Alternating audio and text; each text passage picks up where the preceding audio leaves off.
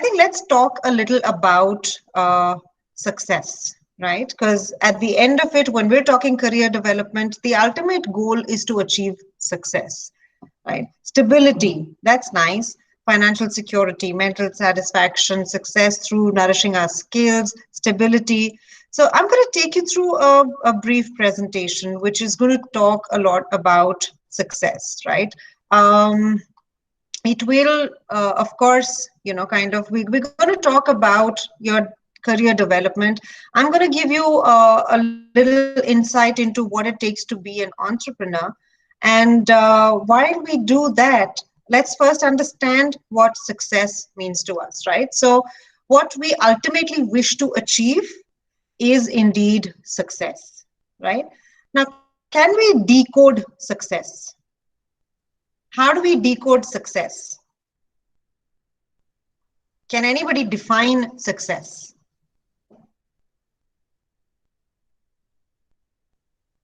In your chat boxes, can anybody define success for me?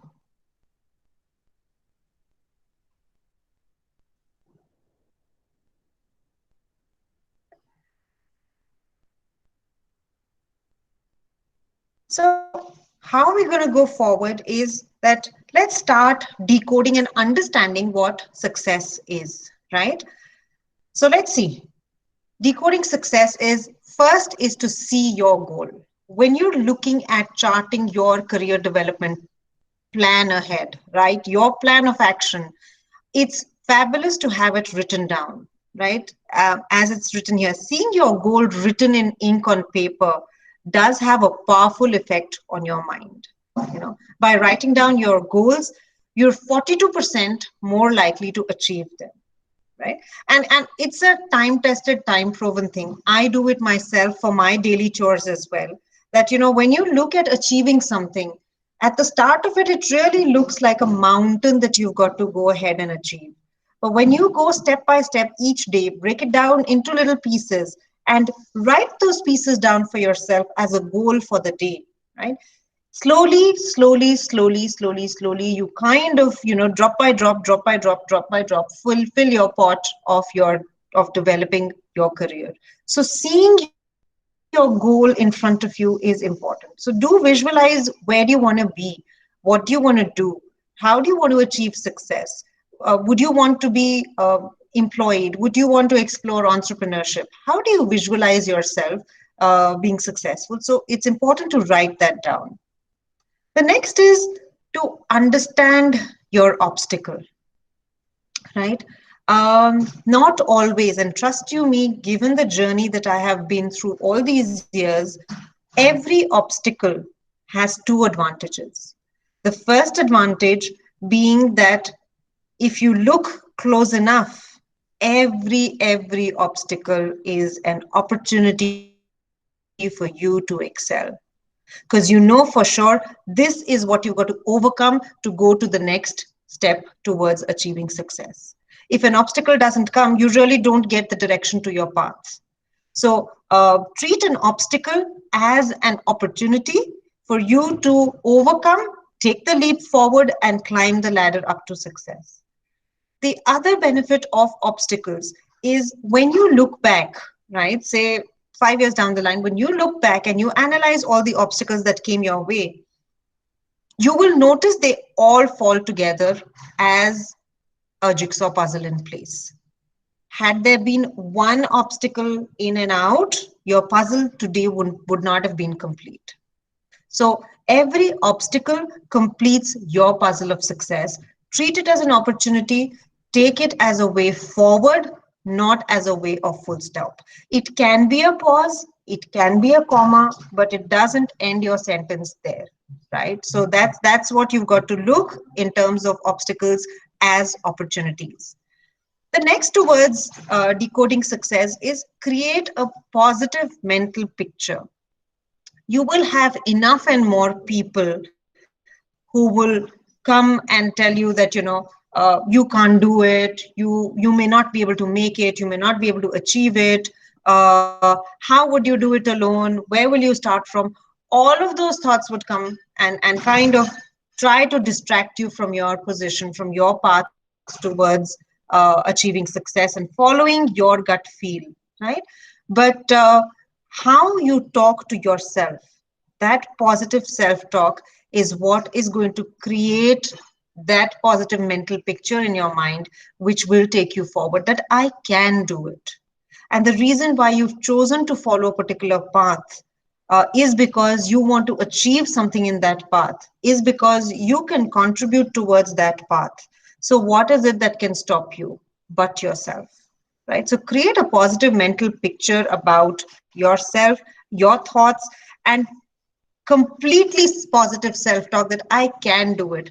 Now, when I say I can do it, it doesn't really mean that, okay, I know it all, I'll do it all kind of a thing. I can do it. Creating that positive picture in your mind is that all right? I will do it. I can do it. But let me see what goes into achieving that. Does that mean I need to upskill? Does that mean I need to gather more experience? Does that mean I need to do some voluntary work? Does that mean I need to, kind of gather life skills? Does that mean I need to further deep dive into my core competencies in terms of the work that I wish to do? Explore all those options of how you can make it happen, right? How you can do it. And then you will end up doing it.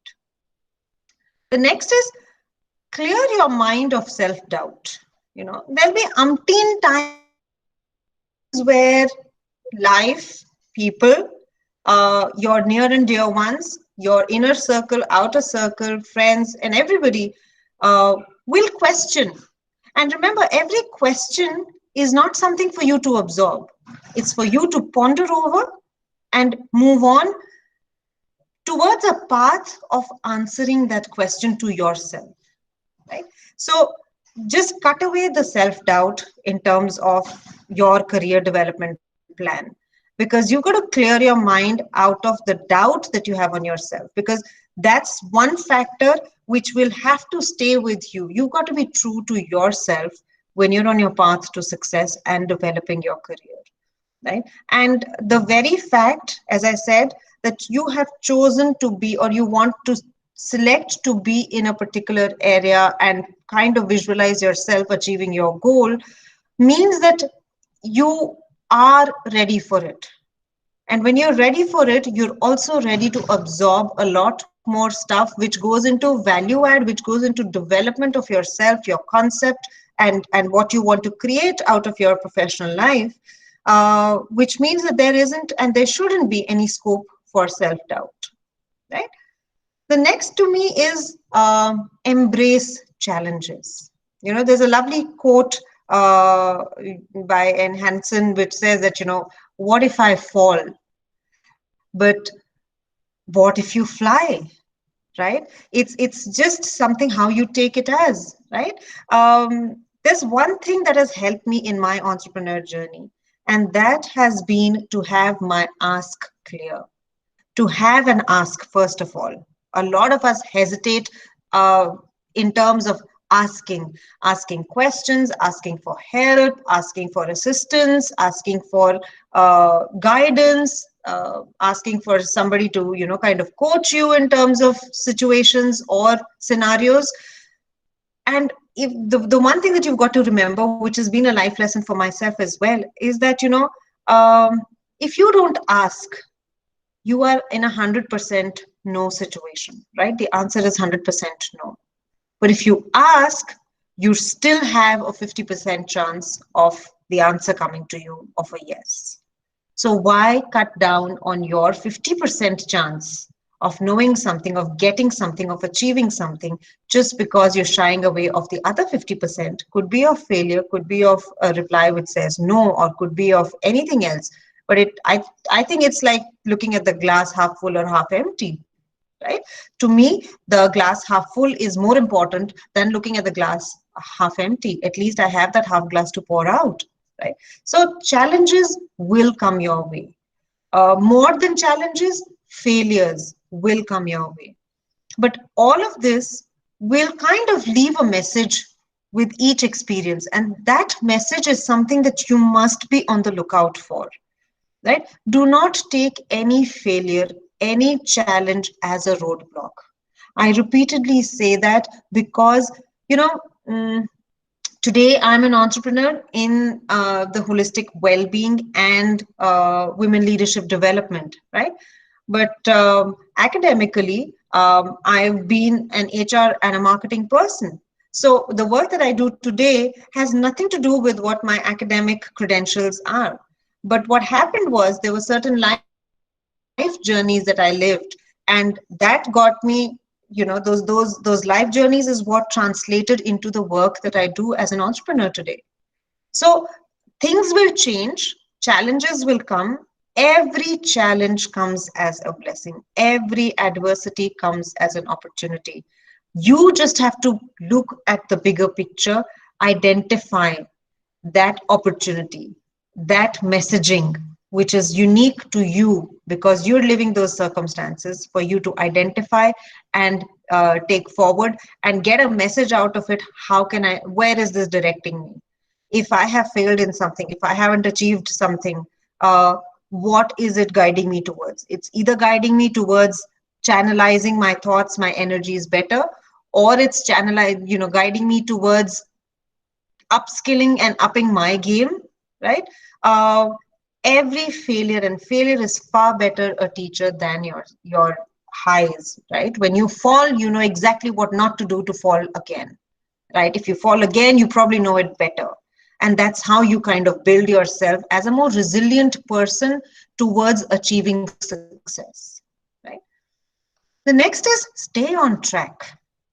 Now, often I see, young interns and young students.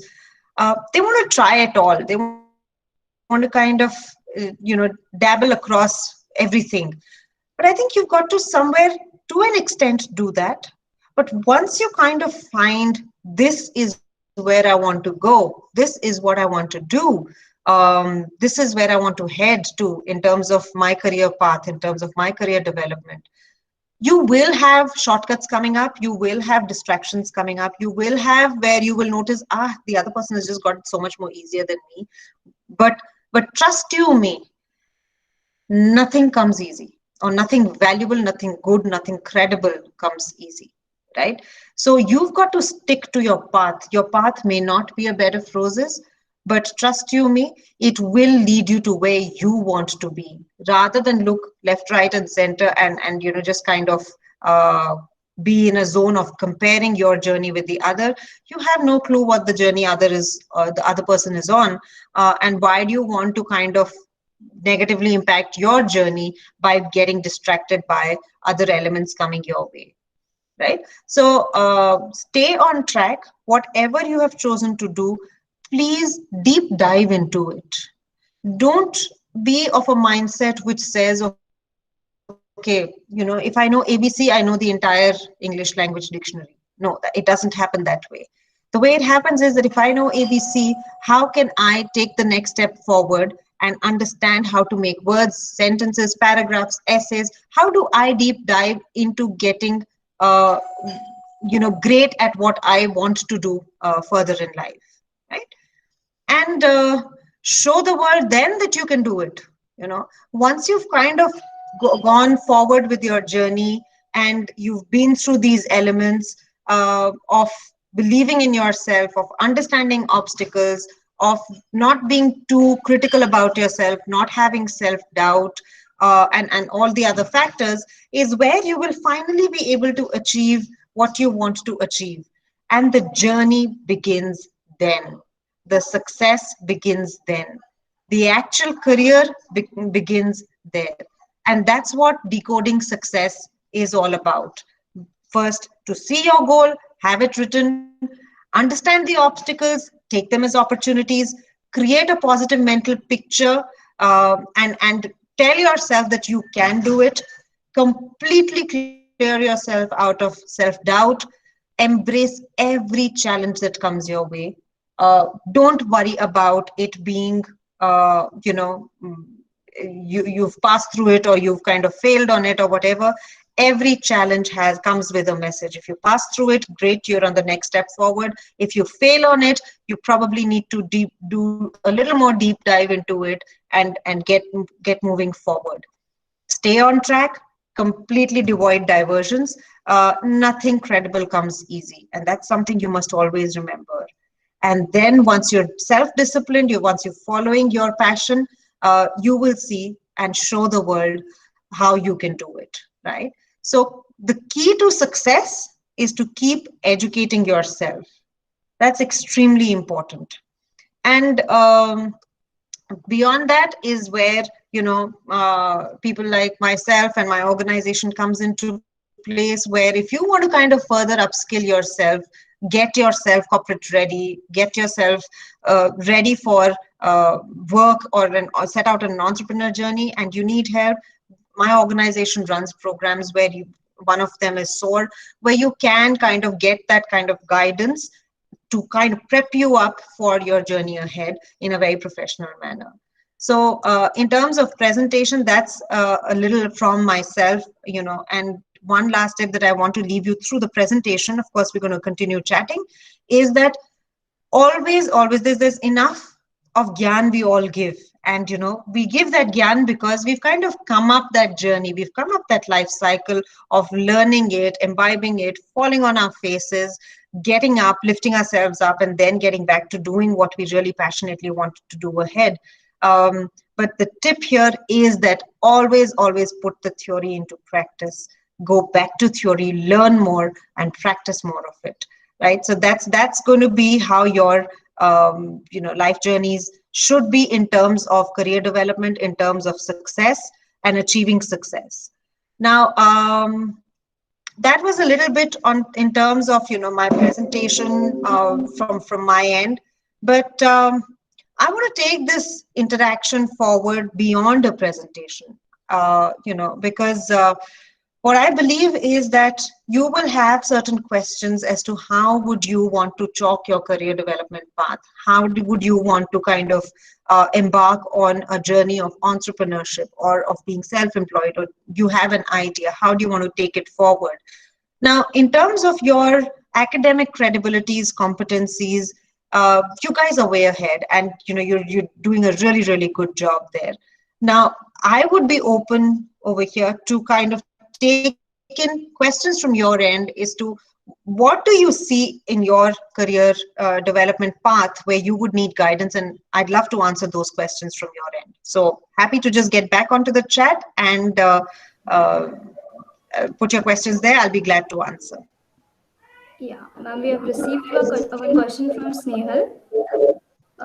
That is, how can we stay focused, manage various things together? That's a lovely question, Snehal. Thank you for that. How can we stay focused, right? We can stay focused by having our priorities clear, right? Sometimes in life, and we do it now also in leadership development, but if you start early, I think it's going to really be very helpful to each one of you, is that somewhere set your mind and make a list of the negotiables and non-negotiables, right? Things that are top on priority, completely not compromisable, completely not distractible, and things that could be delegated, that could be allocated, that could be shared responsibilities with, and all of that, right? When you do that, you kind of filter things out that are important to you, and filter things out that you can kind of reach out for others' help and delegate and achieve it, and things that are completely not important for you, for you not to, your contribution there will either make no difference or it's of no relevance. So having that list of negotiables, non-negotiables, high priority, medium priority, low priority, and then categorizing that and filtering out what is important for you. Keep that in front of you and do everything and anything with focus to achieve that, right? So that's how you kind of stay focused even while you have to multitask. What else? Yeah, so another question is from Keshav. One should deep dive into one stream only, but what if we have more than one aspirations? Absolutely, Keshav. your aspirations also will stem out of some area of passion for you, right? Maybe let's say you're an engineering student today and you're studying engineering and you see your professional career there, and you might want to be a small time entrepreneur also. Maybe if giving back to the society is close to your heart, you might want to start an NGO or something like that on the side. Now, both these two things can go hand in hand, right? How do they go hand in hand? Is that one is clear, you must be very clear, where do you want to earn your bread and butter from? Is that a passion or is that a profession? In terms of your academic or your non-academic aspiration. That's one thing that you've got to kind of have clarity in. Wherever you're going to earn your bread and butter from in the formative years, that is where you've got to give your 100%, right? As you grow forward over there, once you establish credibility there, and your career somewhere gets onto an autopilot mode in terms of the way you want it to go forward, in terms of how you've skilled yourself, in terms of how much you've invested in that, that's when you stem, you don't throw away that seed of aspiration, but there is a time for other aspirations to come forward as well. And on the side, keep on building onto it, so as I said, if you're a hardcore engineer and that's where you see yourself earning your bread and butter from, focus over there, do everything that needs to be done in terms of upskilling and all of that in that side. But there is no harm opening a blog and just writing your thoughts on maybe opening up your NGO or any other aspiration that you have. So parallelly do the groundwork, soft work there, and the concentrated work here. Once you're in a decently stabilized situation here is when you get these seeds together and let them flourish as well. Right? Okay, so next question is from Anjali. Ma'am, you mentioned that accepting failure is important as we learn a lesson from it. But how to deal with the reaction of the society to that failure? So to that, I'm going to counter question it. How important is the society to you? That's something that you must always ask yourself. Whosoever is questioning you, right? How important are they to you? That is one thing. Second thing, a failure doesn't mean it's a full stop, right? A failure always means that it's a pause to reflect on. It's a pause, it's a comma of the sentence to make you understand maybe you didn't get it right this time, this way. You've got to find another way to get it right, and next time you might get it right, the other time. If not, you would still. So tell me one person who's made it big and had it easy and has not faced failure. Right? You look at Edison, you look at Einstein, you look at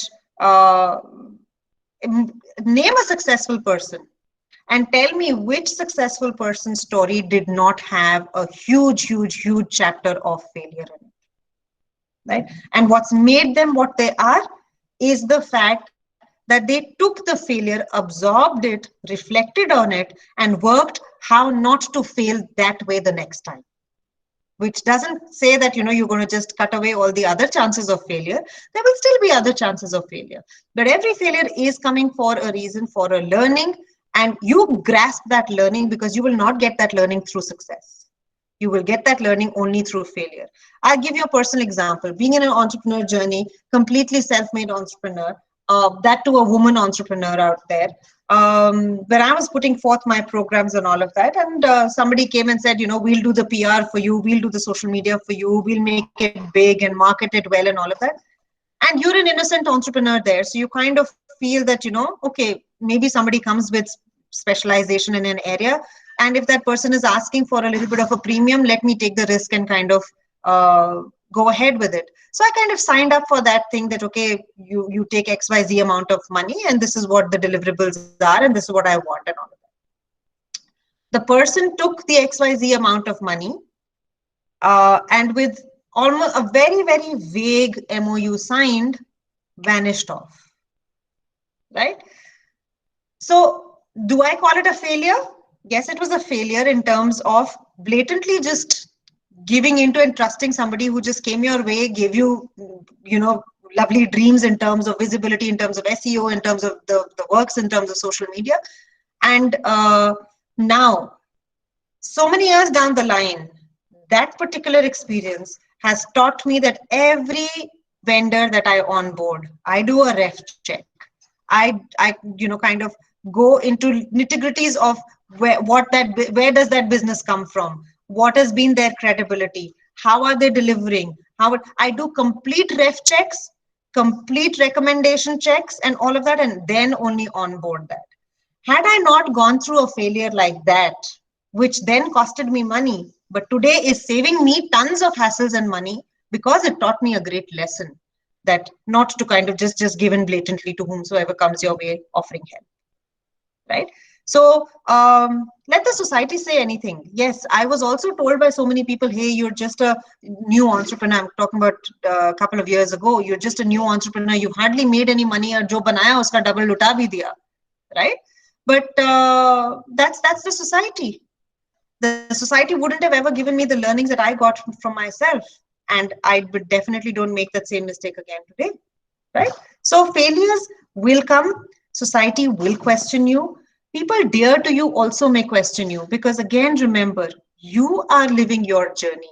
Nobody else is living your journey. They may not know the nitty-gritties of your dreams, your aspirations, right? You're the one who's got to take a call, and never ever give in, never ever surrender to a failure. Always come out victorious from a failure, right? So our next question is from Ankit. Ma'am, how do we manage our stress in this competent world? Again, stress is what you make out of it, right? Being a holistic well-being person, I can tell you, I'd rather give stress than take stress, right? Um, you will. So why does stress happen?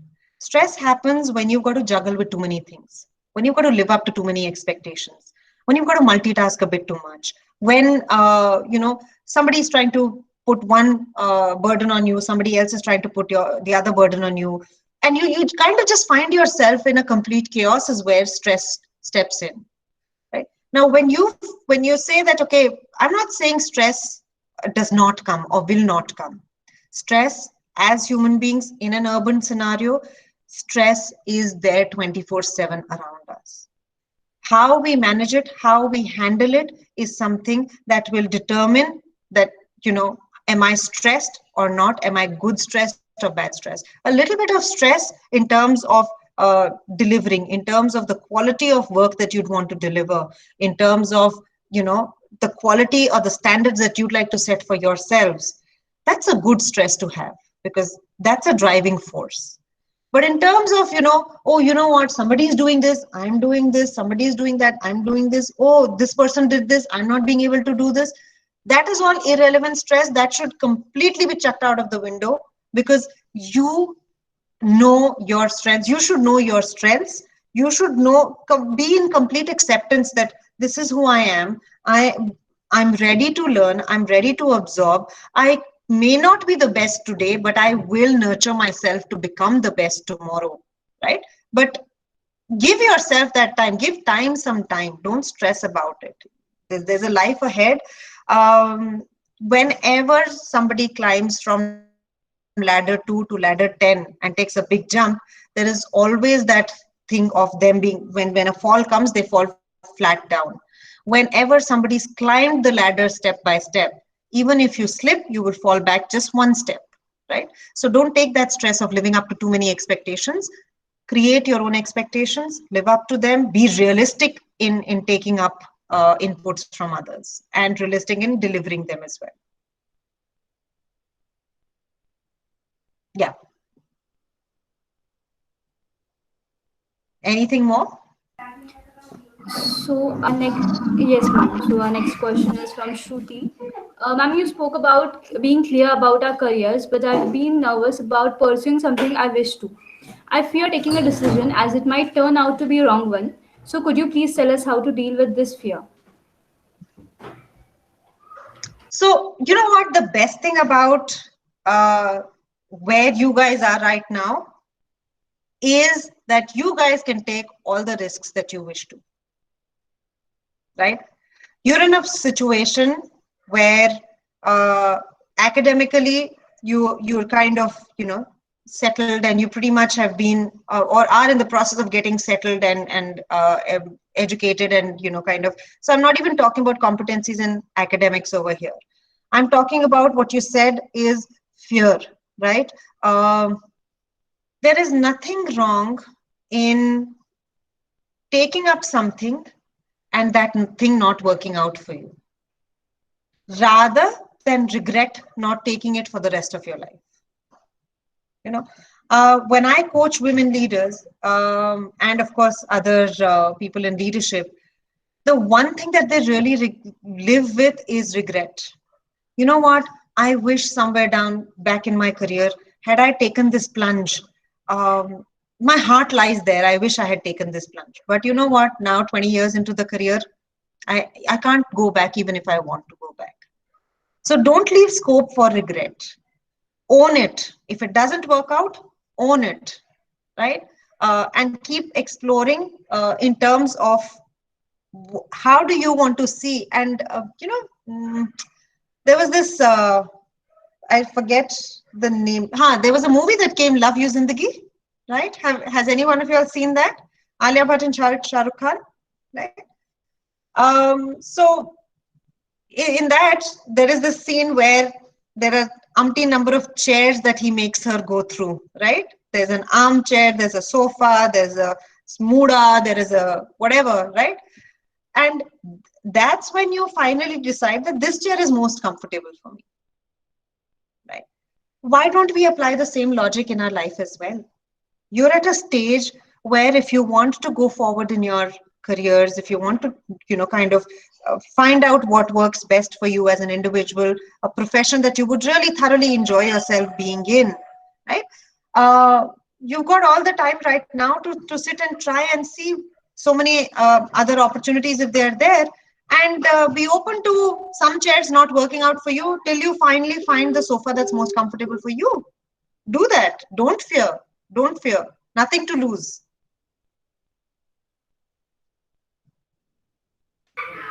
Yeah. So our next question is from Mukul. In my experience, gut feeling is a double-edged sword. To what extent should we trust it? It is the only single-edged sword, Mukul. There can be no other feeling as strong as gut feel. Trust you me. Um, there are times.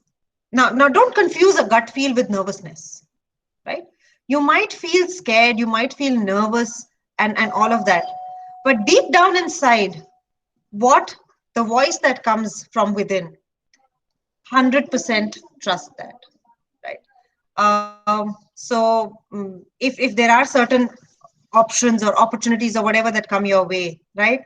You may be scoring really high in a particular sector or a particular area of your education, but your heart lies in something that you may not be scoring.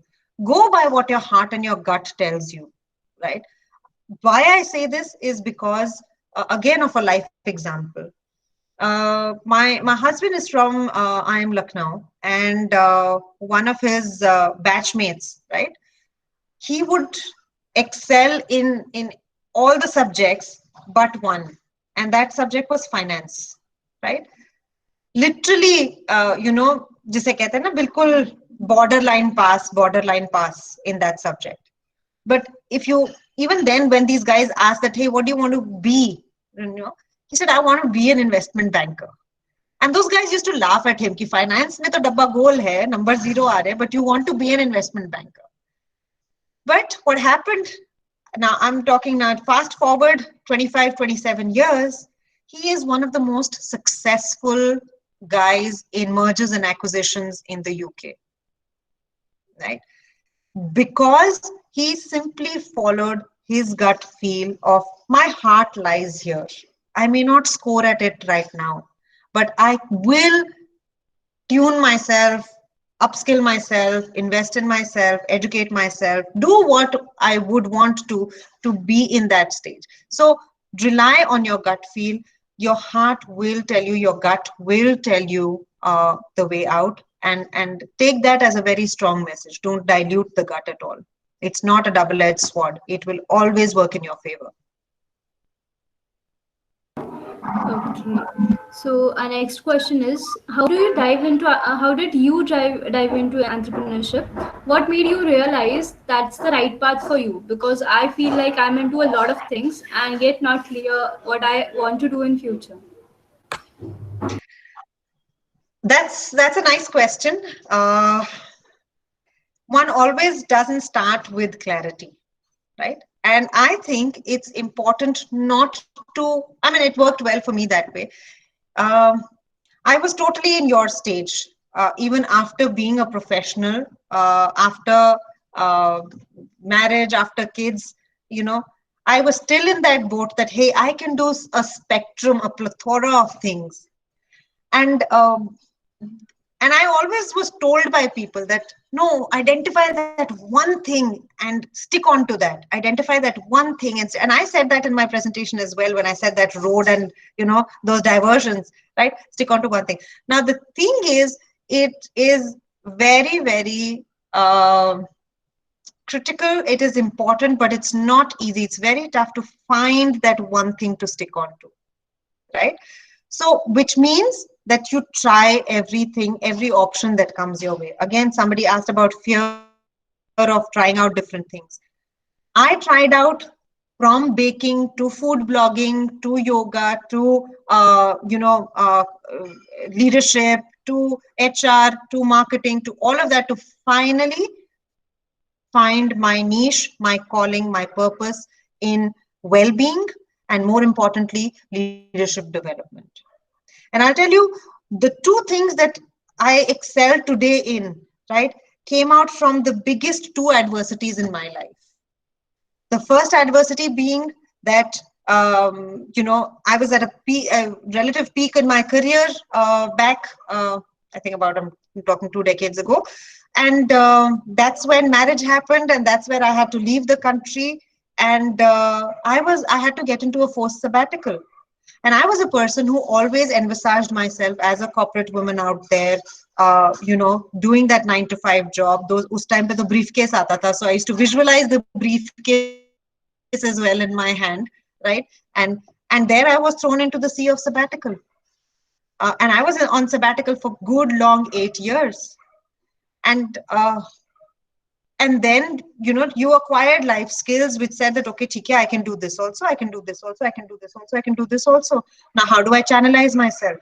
So the only way to channelize yourself is that you start trying doing this also, try doing this also, trying doing this also, and then you realize that where does your heart connect.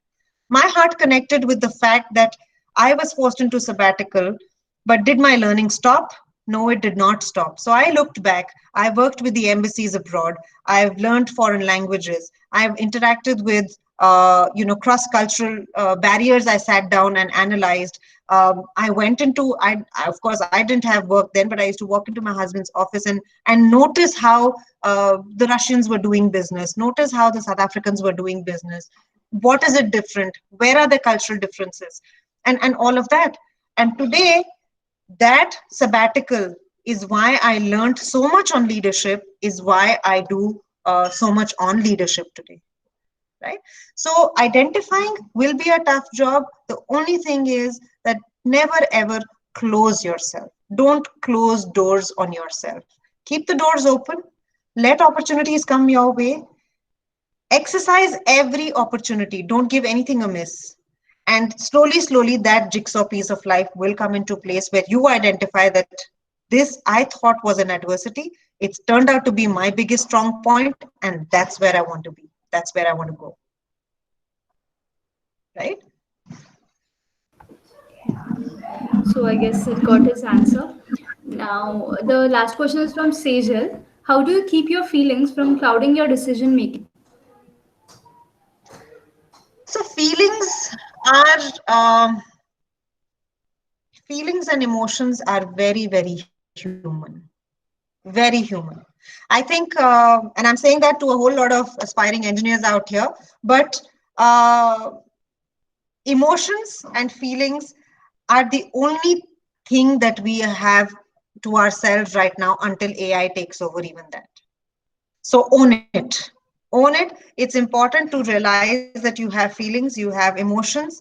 But again, the first question that I answered when I said that sift down, make your list of negotiables, non negotiables, have your priorities clear, right?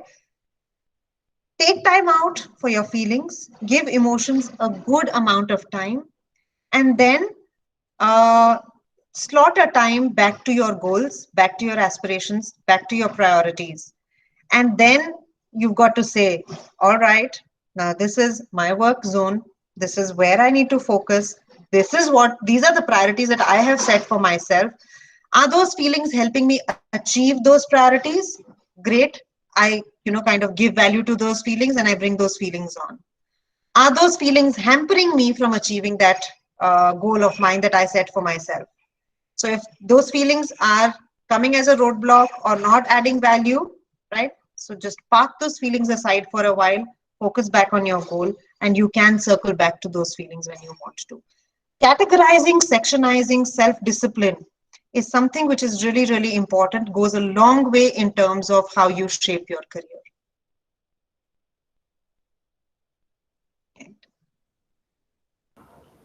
Yeah.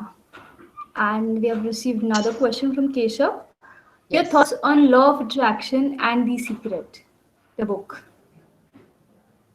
Um, Law of Attraction and the Secret. I'll be honest, I'm not a book reader at all, right?